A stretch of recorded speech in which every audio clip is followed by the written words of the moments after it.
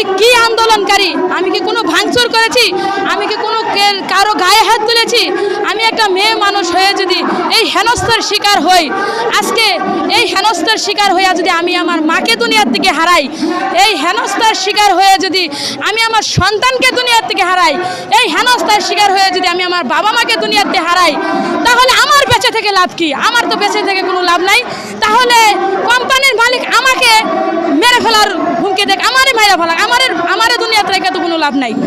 আমাকে হেনস্থা করে আমাকে তো দুনিয়াতে রেখে কোনো লাভ নাই, আমাকেই মেরে ফেলার। কারণ পেটে লাথি দিয়ে মারা শিখাই, একবারে মাইরা ফেলানি অনেক ভালো। আজকে আমরা জাতীয় প্রেস ক্লাবের সামনে একত্রিত হয়েছি যে কালো তালিকা ব্ল্যাক লিস্ট, এই ব্ল্যাক লিস্টের বিপক্ষে, যাতে এই শ্রমিকরা রাস্তায় রাস্তায় ঘুরছে কালো তালিকা করে, ব্ল্যাক লিস্ট করে, কোনো ফ্যাক্টরিতে চাকরি হচ্ছে না। এই ব্ল্যাক লিস্ট যাতে অবিলম্বে খুলে দেয়, আমাদের শ্রমিকদের যাতে চাকরি হয় সব ফ্যাক্টরিতে, এই জন্য আমরা এখানে এসেছি। দর্শক, আমরা এখন অবস্থান করতেছি ঢাকা প্রেস ক্লাবের সামনে। স্বৈরাচার সরকার দেশ থেকে পলায়ন করার মাধ্যমে এই বাংলাদেশ একটি স্বাধীন রাষ্ট্রে রূপান্তরিত হয়। কিন্তু এই বাংলাদেশ স্বাধীন হয়েছে, তারপরেও স্বাধীন হওয়ার পরে স্বৈরাচারের কিছু রেশানল এই দেশের মাটিতে রয়ে গেছে বলে আমরা বিভিন্ন সংবাদ মাধ্যমে জানতে পারছি। কিন্তু এই রেশানলের কারণে, এই তাদের প্রত্যেক সূত্রতার কারণে আজকে বাংলাদেশের বিভিন্ন প্রান্তে, বিভিন্ন জায়গায় অসহায় মানুষগুলি বিভিন্ন সমস্যার সৃষ্টি হচ্ছে বা সমস্যার দ্বার প্রান্তে এসে পৌঁছেছে। ঠিক তেমনই আমাদের পাশে যে ভাইদের দেখতে পাচ্ছেন, তারা এই 2024 সালের রমজান মাসে একটি গার্মেন্টস ফ্যাক্টরিতে কাজ করছিল। সেই গার্মেন্টস ফ্যাক্টরির কাজ নাম হচ্ছে ক্রাউন এক্সক্লুসিভ ওয়্যার লিমিটেড। তো এইখানে তারা তাদের শ্রমিক আইন অনুযায়ী যে দাবিগুলো আছে, সেই দাবিগুলো একটি লিখিত কাগজ আকারে ওইখানে পেশ করেছিল। কিন্তু এই লিখিত আকারে এই কাগজটি পেশ করায় তাদের জীবনের কাল হয়ে দাঁড়িয়েছে।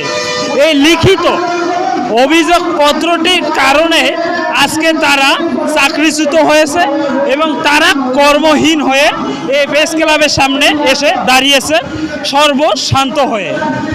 তো এবং বর্তমান দেশ যেহেতু 2024 সে স্বাধীন হয়েছে, তারা এই স্বাধীন দেশে তাদের মত প্রকাশের জন্য এবং তাদের যে সমস্যাগুলি আছে সেগুলি অন্তর্বর্তীকালীন সরকারের কাছে পেশ করার জন্য এবং জনসমক্ষে উপস্থাপন করার জন্য এখানে এসে দাঁড়িয়েছে।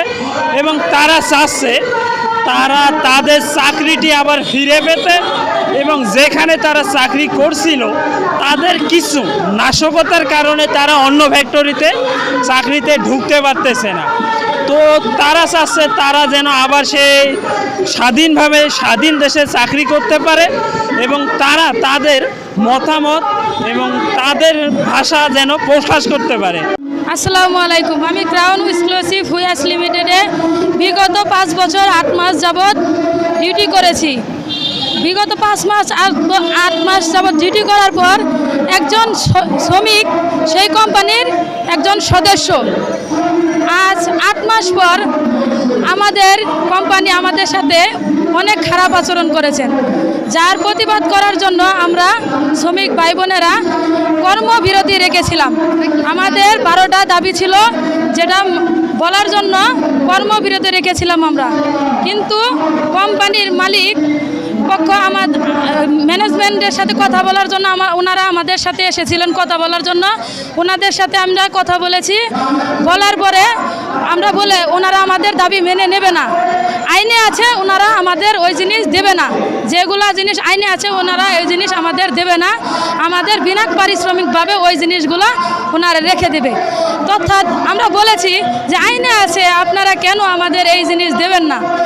এই জিনিস দেবেন না, আমরা মালিকের সাথে কথা বলতে চাই। তিনি যদি বলেন যে আইনে আছে তোমরা পাবা না, তোমাদের আমি দেব না, তোমরা কাজ করলে করো, না করলে নাই, আমরা তার সাথে কথা বলতে চাইছি। মালিক আমাদের সাথে সোমবার দিন কথা বলতে চাইছিল। শনিবার দিন জিএম সাব্বির আমাদের তার নিজ বাড়ি বন্ধক রেখে টাকা দিয়ে আমাদের বের করে দিয়েছে কোম্পানি থেকে। আমাদের বলেছে যে কোম্পানি তোমাদের 26 ধারা অনুযায়ী টাকা দিয়ে বের করে দেবে। 26 ধারা অনুযায়ী আমরা মূর্খ সূর্খ মানুষ বুঝি না যে এই আইন কি। ওনারা যখন টাকা দিয়ে রাখবে না, সঙ্গে ব্যারিস্টার ছিল, ইন্ডাস্ট্রি পুলিশ ছিল, 270 জন পুলিশ আমাদের গার্ড দিয়েছিল। ওনারা বিভিন্ন ধরনের উস্কানি দিয়েছিল, জানি আমরা উস্কে কোম্পানিতে ভাঙচুর করি। আমরা তবু কোম্পানির কোনো ক্ষতি করি নাই, চুপচাপ নীরবে বসে আছি আমরা কর্মবিরতি দিয়ে। 26 ধারা আইন কি আমরা জানি না। আমাদের যে ছেলে মেয়ে, আমরা এই গার্মেন্টস ছাড়া আর কোনো কাজ জানি না। আমরা পাইলেও কোনো মাটি কাটতে পারবো না, আমরা চাইলেও কোনো গাড়ি চালাতে পারবো না, আমরা চাইলেও কোনো অন্য কাজ করতে পারবো না। কারণ অর্থাৎ আমরা এই গার্মেন্টসের কাম জানি। গার্মেন্টস আমাদের অন্নদাতা। আমরা চাইবো আমাদের পোশাক শিল্প ঠিক থাক, আমরাও ঠিক থাকি, আমাদের কোম্পানি মালিক পক্ষ আমাদের যেন সুভাবে রাখে। কিন্তু এই ক্রাউন এক্সক্লুসিভ হুইয়ার্স লিমিটেড টাকার গরমে তিনি আমাদের সাথে অনেকভাবে খারাপ আচরণ করেছে, অন্য খারাপ আচরণ করেছে। দেখা যাচ্ছে ফ্লোরের মধ্যে যদি কোনো ভালো মেয়ে থাকে, তারা ধর্ষণের শিকার হয়েছে এই জিএমের হাতে। এমন আছে আমাদের ফ্লোরে 500 জন যদি কোনো অপারেটর ভাই বোন থাকে, তাদের 400 মাসের মধ্যে উনি 2000 করে টাকা নিয়েছে। প্রতি মাসেই তাকে 2000 করে টাকা দিতে হচ্ছে। আমাদের যখন আগের জিএম ছিল তখন এই নিয়ম আমাদের জন্য ছিল না। উনিও 7 মাস বিগত আমাদের কোম্পানি ভালো চালিয়েছে। 7 মাস পূর্বে উনি ওনার রূপ দেখিয়েছে। ওনার কেন এই রূপ, আমরা কোম্পানির এই রূপ কেন ওনার হয়েছে, সেই বিচার আমরা সবাই সকলেই চাই। এর জন্য আমরা সকলে এই জায়গায় আসা। আমরা বিগত 8 মাস 328 জন লোক একটা ঘনস্থার মাধ্যমে আছি। আমাদের ফিঙ্গার ব্লক করার কারণে আমরা অন্য কোনো অফিসে চাকরি নিতে পারছি না, যে কারণে আমাদের সংসারের বেহাল অবস্থা। আমাদের বাচ্চা একটা কিছু খাচ্ছে যাচ্ছে, আমরা খাওয়াইতে পারছি না। আমাদের বাচ্চার মাদ্রাসার বেতন দিতে পারছি না, রুমের ভাড়া দিতে পারছি না, বাড়িওয়ালা বের করে দিচ্ছে যাচ্ছে। ওনারা অন্য নেতা পেতা দিয়ে আমাদের এলাকা ছাড়া করে দিতে যাচ্ছে। উনি কেন এরকম করলো? সে কি আমাদের কোম্পানিতে রাখার অধিকার তার নাই? সে যদি আমাদের টাকা দিয়ে বের করে দেয়, কিন্তু আমাদের জীবনের দায়িত্ব নেওয়ার অধিকার তার নাই।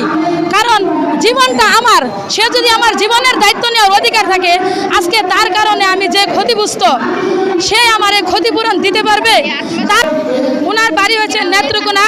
উনি বর্তমান ওখানো ক্রাউনে চাকরি করে, উনি ক্রাউনের চাকরি করা অবস্থায় আছে। আর উনি যেগুলো মেয়েকে ধর্ষণের শিকার, আয়েশা, একজন মেয়ে হচ্ছে আয়েশা, উনি নাই এখানে। ওনার ছবি আমার কাছে নাই, তবে উনি এখানে নাই।